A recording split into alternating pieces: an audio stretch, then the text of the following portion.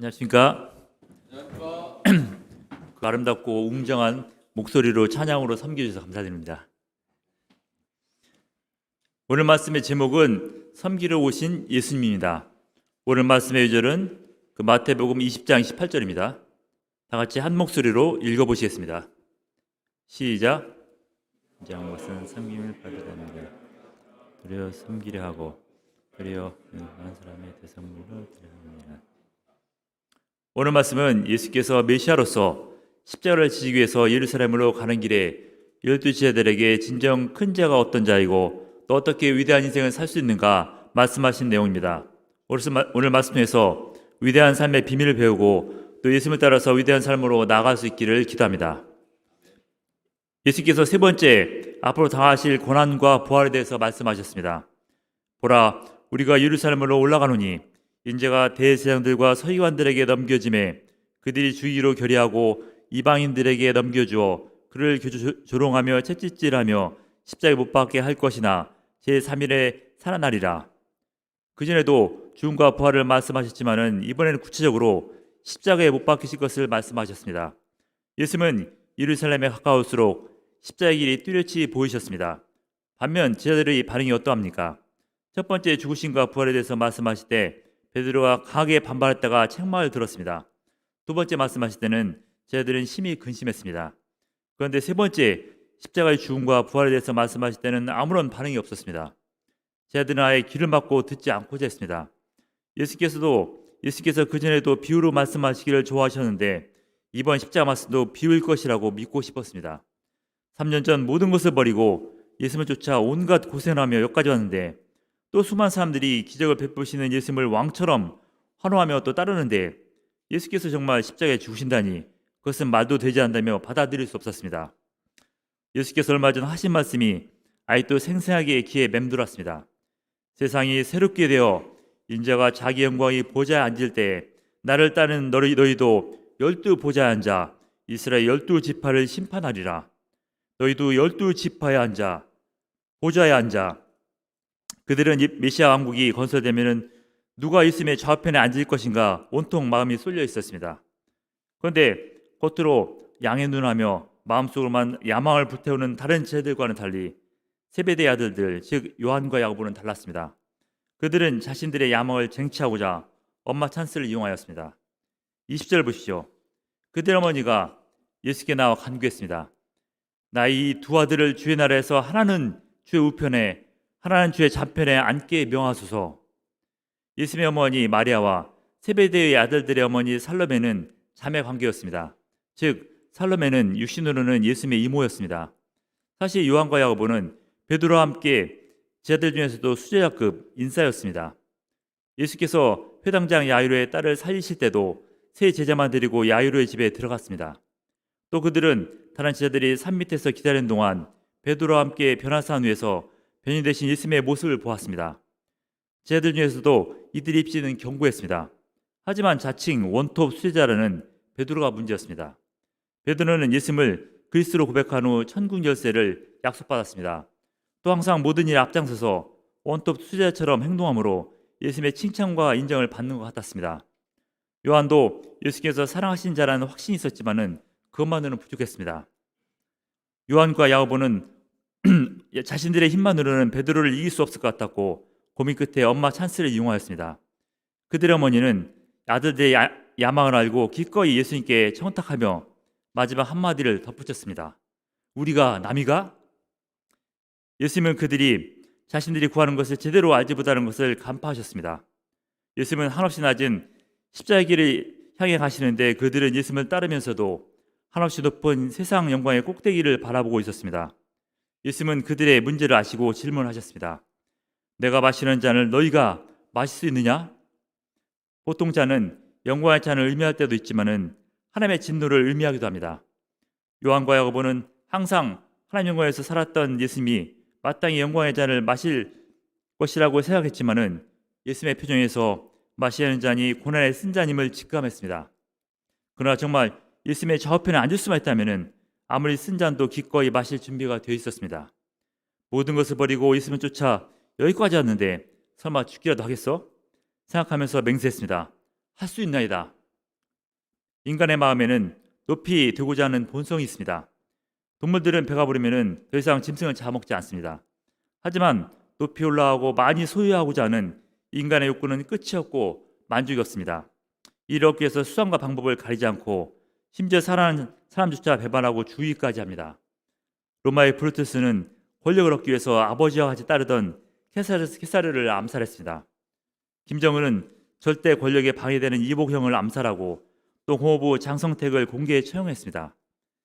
세상 권력을 목적 우상으로 삼는 세상 사람들이야 그렇다 해도 하나님 영광에서 사는 신자들이 이렇게 높아지고 나는 욕망이 있다는 것은 문제입니다. 하나님 영광을 위해서 높은 자리에서 헌신하겠다고 하지만은 실상은 자신의 영광을 위해서인 경우가 많습니다. 열심히 노력해 높아지고자 하는 것이 무엇이 문제인가 말할 수 있지만은 문제는 그 목적이 하나님 영광이 아닌 자신의 영광이라는 것입니다. 하나님보다도 자신의 영광이 앞설 때 하나님과 같이 되고자 선악과를 따먹은 하와처럼 하나님을 떠나 사단의 종으로 전락할 수 있습니다. 요한과 야고보는 자신의 영광을 위해서 고난의 잔을 기꺼이 마시겠다고 맹세했지만은 예수님의 십자가 앞에서 도망감으로 그들의 맹세는 헛맹세가 되었습니다. 하지만 예수님은 그들의 고백을 하나님 앞에선 서운으로 받아주셨습니다. 그 23절을 보십시오. 23절을 다 같이 한 목소리로 읽어보시겠습니다. 시작.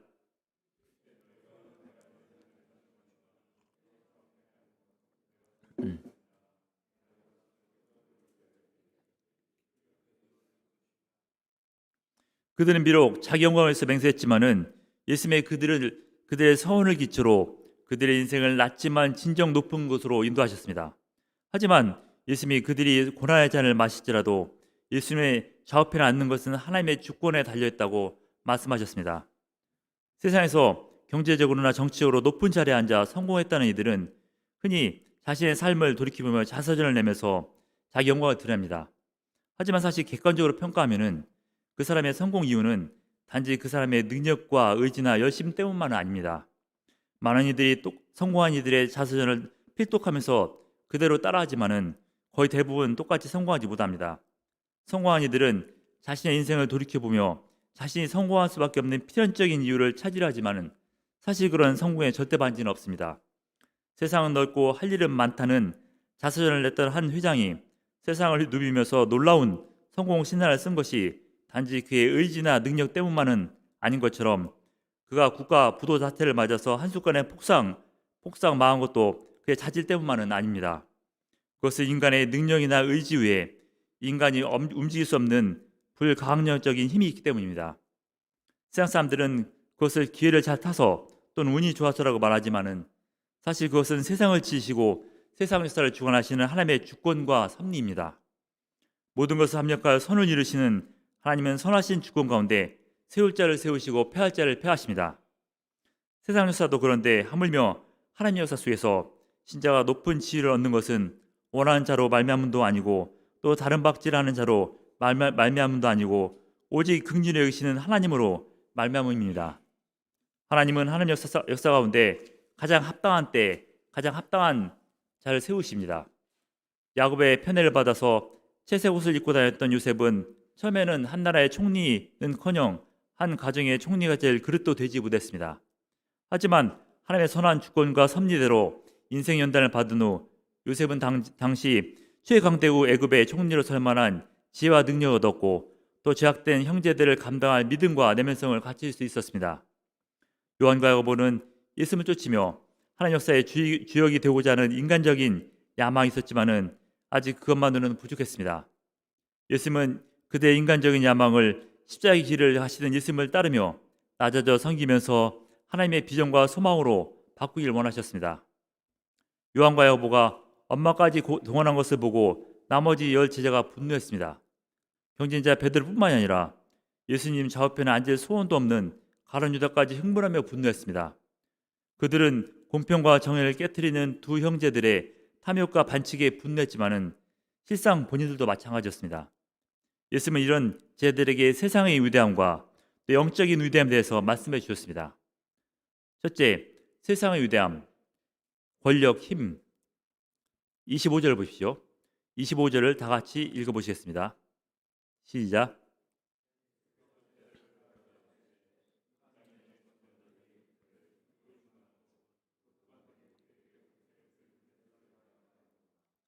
세상의 위대함의 기준은 권세, 즉 힘과 권력입니다.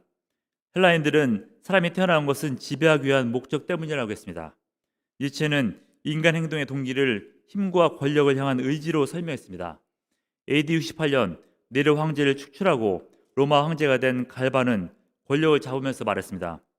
이제는 내가 황제가 되었으니 내가 원하는 것을 누구에게도 할 수 있게 되었다. 내가 원하는 것을 누구에게도 할 수 있는 것이 권력입니다. 그는 부유한 명문 귀족 가문에서 태어나 총독까지 오르며 승승장구하는 인생을 살았습니다.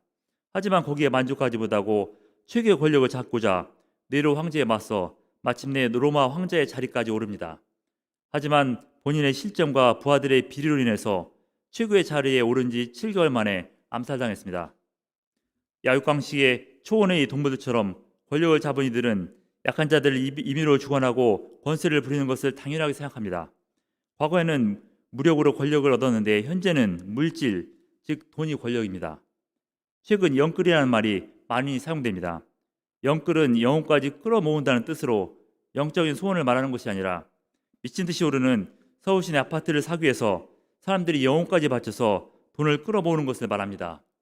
이제 아파트는 너무 많이 올라 많은 젊은이들이 영혼까지 끌어모아 주식을 사고자 합니다. 영혼까지 끌어모아 물질이 주는 권력을 갖고자 합니다. 물질이 없으면 다른 사람의 종이요 노예로 전락할 것 같은 그런 두려움 때문입니다. 하지만 영혼까지 끌어모으는 동안 영혼은 피폐해질 수밖에 없습니다. 그럼 진정한 위대함, 영적 위대함이 무엇입니까? 둘째, 진정한 위대함, 섬김. 26절, 27절을 보십시오. 다 같이 한 목소리로 읽어보시겠습니다. 시작.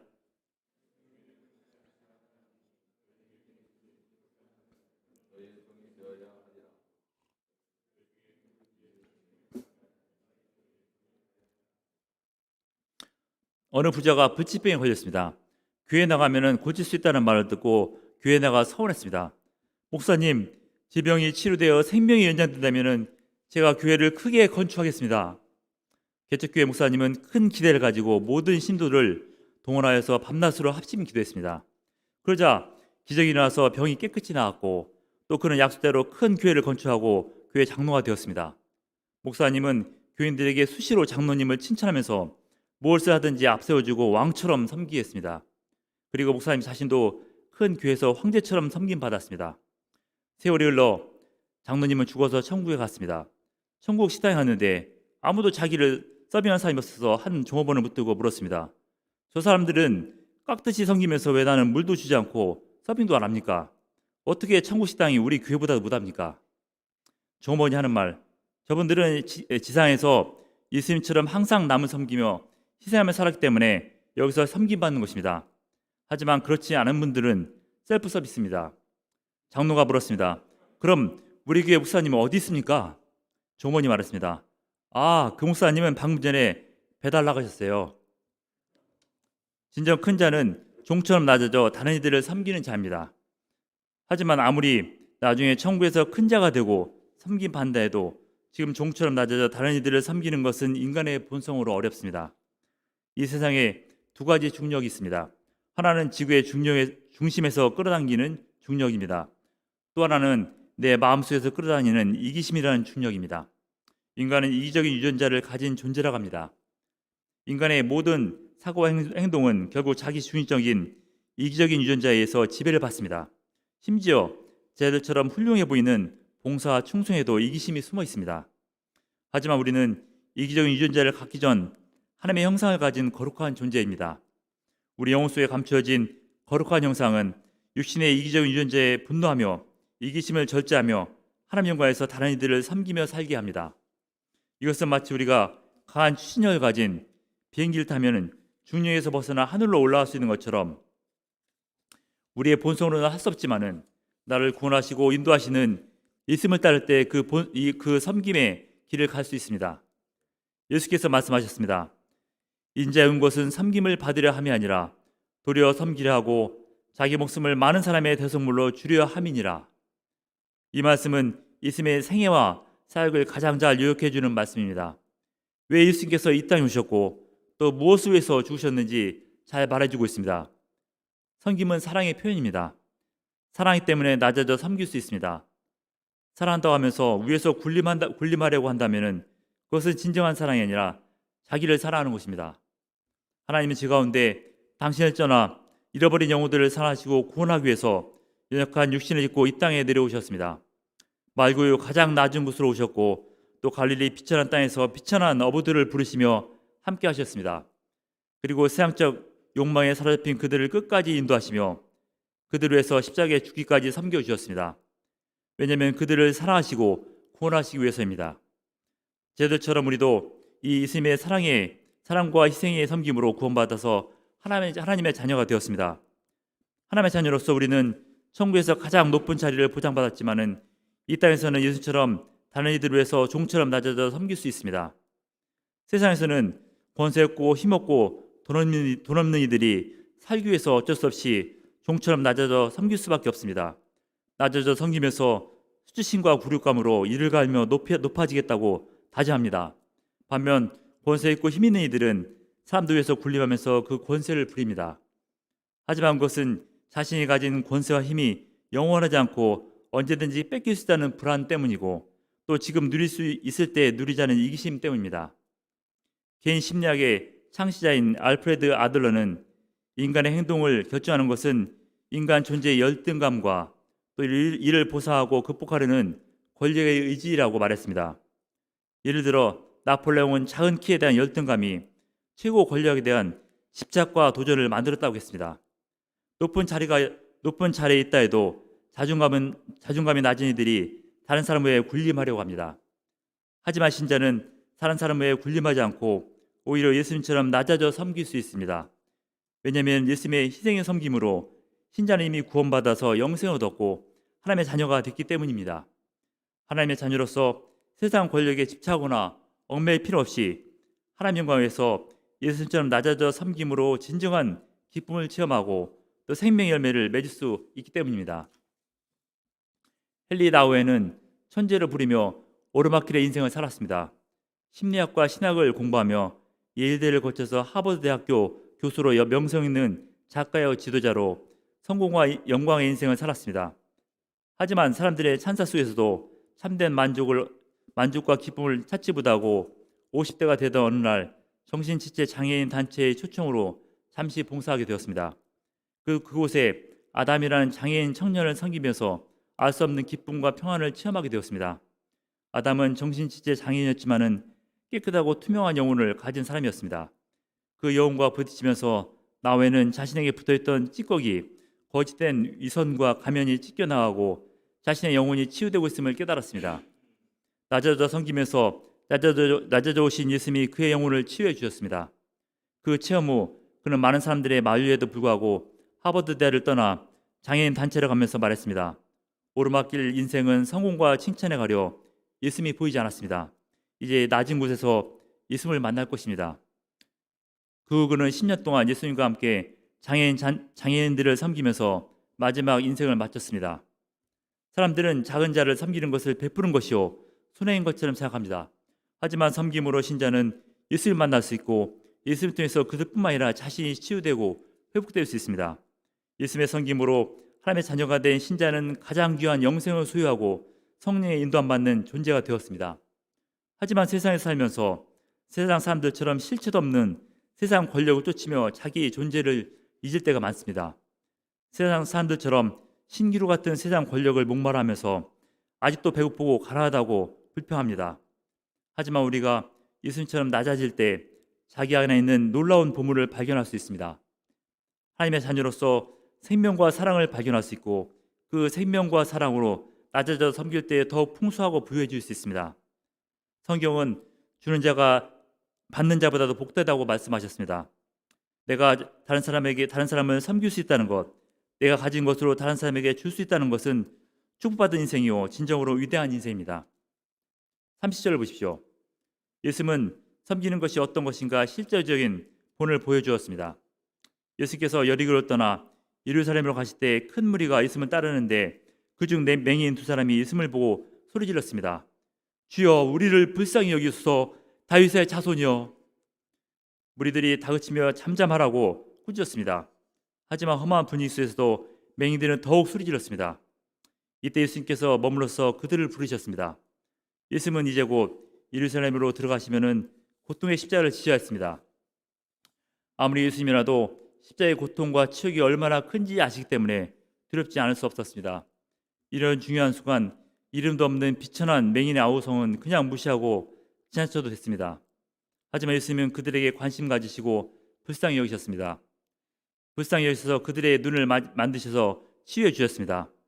왜냐하면 예수께서 오신 이유는 그런 비천한 죄인들을 섬김으로 구원해 주시기 위해서입니다. 그들에서 자기 목숨을 대속물로 주기 위해서 오셨기 때문입니다. 예수님은 소경을 섬긴 후 마침내 예루살렘으로 가셔서 결국 모든 이들을 위해서 십자가를 지었습니다. 섬김에서 중요한 것은 상대방에 대한 관심이고 그것은 불쌍히 여기는 마음에서 나옵니다. 요사이 코로나 시대 대면 접촉과 대면 예배가 금지되므로 서로 간의 만남도 힘든 상황에서 어떻게 섬길 수 있는가 의심합니다. 코로나 시대 자영업자들은 급가 많은 수입 때문에, 청년들은 더욱 어려워진 취업 때문에, 학생들은 온라인 수업으로 인한 학업 문제 때문에 각자 당면한 어려움을 극복하기도 힘든데 어떻게 다른 사람을 섬길 수 있는가 말합니다. 하지만 신자는 하나님의 자녀로서 또 예수님의 섬김의 사랑에 비친 자로서 다른 이들에게 관심 가지고 불쌍히 여기며 섬겨 줘야 되는 책임이 있고 또 섬길 수 있는 능력이 있습니다. 코로나가 확산되는데 교회에서 많은 감염고리가 나와서 정죄받고 있습니다. 하지만 이때 신자들은 변명하고 숨기보다 예수님의 섬김의 사랑으로 주변 사람들에게 관심 갖고 섬김으로 우리 예수님을 증거할 수 있습니다. 십자가의 길을 가면서도 소경을 섬기신 예수님처럼 우리가 모두 힘든 이 시기에 하나님의 자녀로서 주변 사람들을 낮아져 섬김으로 하나님 영광을 드러낼 수 있기를 기도합니다. 또 섬기는 양들도 직접 만나 섬겨주기는 힘들어도 전화나 인터넷을 통해서 또 말씀으로 또 간절한 기도로 섬김으로 생명의 열매를 맺을 수 있기를 기도합니다. 이 말씀을 준비하면서 큰 부담감이 들었습니다. 그동안 평소 섬김의 삶을 살지 않았고 또 얼마 전 자녀의 건강 문제 때문에 마음이 닫혀 있었습니다. 고등학교 2학년인 둘째 아들이 기흉으로 수술하면서 큰 근심의 어둠에 빠지게 되었습니다. 3년 전 첫째 아들이 고등학교 2학년 때 기흉 증상이 시작되어 몇 번이나 재발되었고 그런 힘든 시간이 둘째도 되풀이되지 않는가 불신과 두려움이 몰려왔습니다. 내 현실 문제도 감당하기 힘든데 무슨 섬김인가, 소원도 없는 배부른 양들을 섬길 심정이 생기지 않았습니다. 코로나 전염병이 창궐하고 전공의까지 파업할 때 동역자 둘째 아들이 병원에서 10일 이상을 입원하면서 저와 첫째가 불안과 답답한 속에서 식사를 해결해야 했습니다. 하지만 그때 센터 사모님들이 돌아가면서 반찬으로 섬겨주었습니다. 특히 경호 사모님은 수시로 동역자에게 전화해서 안부를 묻고 기도해주면서 절망 속에서도 믿음을 갖도록 도와주었습니다. 둘째 자녀가 태어난 후 장래 문제로 힘든 첫째 자녀를 위해서도 같이 대화하고 기도해주면서 섬겨주었습니다. 사모님의 과거 인생의 고통은 낮아져 오신 예수님을 통해서 치유됨으로 다른 이들을 섬길 수 있는 십자가 부활의 능력이 되었습니다. 예수님의 섬김이 죄인들에게 큰 힘과 위로와 생명이 되는 이유는 예수님도 똑같이 죄인들처럼 낮아져 인생의 모든 고통과 슬픔을 겪고 또 공감하시고 함께 하셨기 때문입니다. 이처럼 신자도 인생의 환난 속에서 예수님의 섬김의 사랑을 체험할 수 있고 또 그 체험을 통해서 다른 이들을 섬길 수 있습니다. 우리가 인생의 환난을 피할 수 없지만은 신자이기 때문에 환난 속에서 예수님의 섬김의 사랑을 체험하고 또 그 체험을 통해서 다른 고통받는 이들을 사랑과 믿음으로 섬길 수 있기를 기도합니다. 결론적으로 예수님의 하나님의 아들로서 섬김 받기 위해서가 아니라 모든 이들의 대성물로 섬기고 희생하기 위해서 오셨습니다. 프란시스코 교황은 말했습니다. 참된 권력은 섬김입니다. 지위가 올라가는 것을 더 많이 누리는 것과 동의어로 생각하는 사람들이 많습니다. 하지만 지위가 올라간다는 것의 참된 의미는 섬겨야 될 사람들이 더 많았다는 의미입니다. 예수님의 섬김과 희생으로 구원받아 하나님의 자녀가 된 우리는 예수님처럼 하나님 영광을 위해서 다른 이들을 낮아져 섬김으로 진정한 기쁨을 얻고 또 생명의 열매를 맺을 수 있기를 기도합니다. 기도하고 마치겠습니다. 사랑과 은혜가 충만하신 하나님, 오늘 섬기러 오신 예수님 말씀을 통해서 예수님의 섬김의 은혜를 배우고 또 붙들게 도와줘서 감사드립니다.